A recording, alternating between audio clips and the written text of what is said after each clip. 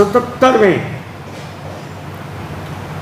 स्वतंत्रता दिवस के शुभ अवसर पर मैं समस्त महानगर वासियों को शुभकामनाएं देता हूं, बधाई देता हूं कि देश की युवा पीढ़ी इस आज़ादी को अक्षुण्ण बनाए रखने के लिए संकल्प लेंगे। इसके साथ ही हमें आज से पूरे 75 वर्ष पूरे 75 वर्ष हो चुके हैं।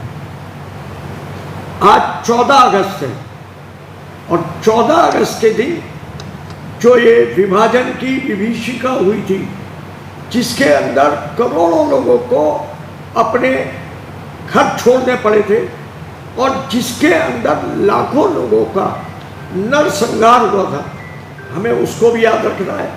और अपनी जो हमारी आज़ादी मिली है, इसकी जो कीमत है, हमारे देशवासियों ने जो ये विभीषिका झेली है, देश के 2 टुकड़े हुए, तो ये भी हमें याद रखना है। और नए भारत के निर्माण में 75 वर्ष हो चुके हैं। हमें आत्मचिंतन भी करना चाहिए कि हम 75 वर्षों में क्या वास्तविक उस आज़ादी को प्राप्त कर पाए हैं और उस आज़ादी के जो मायने हैं, उस आज़ादी को अपनी आने वाली पीढ़ी को हमें कैसे इस धरोहर को समर्पित करना है और उन्हें आगे किस तरह इसे लेके चलना है। इन सब चीज़ों के लिए हमें नए भारत के निर्माण में उन वैज्ञानिकों को जो आज चांद पे अपना चंद्रयान लेके गए हैं, भेजा है, आईटी के क्षेत्र में, एग्रीकल्चर के क्षेत्र में आज भारत स्वावलंबी बन गया। आज सेनाएं हमारी तीनों बॉर्डर आज हमारे सुरक्षित हैं। इसके साथ साथ जो हमारी महिला सशक्तिकरण है, उसके अंदर हमने महिलाओं को मजबूत बनाया है, उनको अधिकार दिलवाए।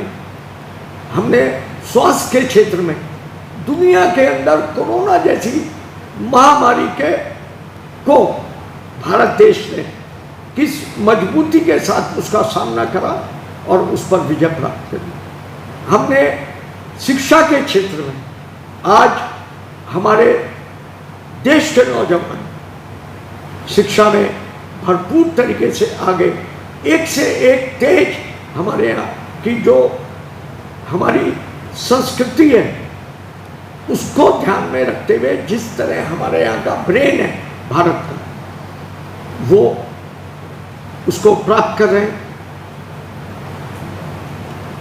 जो हमारी युवा पीढ़ी है, बच्चे हैं, उसके अंदर जो हमारी जन्म दर है, उसके ऊपर भी हमें विचार करना होगा। बहुत सारे विषय हैं। नया भारत हमें कैसा होना चाहिए, आज से 25 साल बाद जब हम आज़ादी के 100 वर्ष मनाएं, तब ये भारत कैसा होना चाहिए। नगरों का विकास, गांवों का विकास, लोगों के रहने की मूलभूत सुविधाएं, हर घर को जल, ये हमारी योजनाएं हैं। बाढ़ और सिंचाई, इनका समन्वय, बहुत सारे विषय हैं। परंतु हमें किस तरह, क्या कीमत चुकाई है हमने, हमारे देश ने, हमारे देशवासियों ने। आज जो आज़ादी की, ये जो आज़ादी लेने के लिए जो हमारी विभाजन की विभीषिका है, उसको भी याद रखना चाहिए, ताकि हमें याद रहे कि ये कुर्बानी, ये आज़ादी बहुत मेहनत से, बहुत कठिन, बहुत लाखों लोगों के बलिदान के बाद प्राप्त हुई है। और इस भारत माता के 2 टुकड़े हुए, ये हमें कभी भी नहीं भूलना है। अब वर्तमान भारत को अक्षुण्ण भारत बनाए रखने के लिए इस और हमें संकल्प के साथ आगे बढ़ना है। वंदे मातरम। भारत माता की जय। जय हिंद।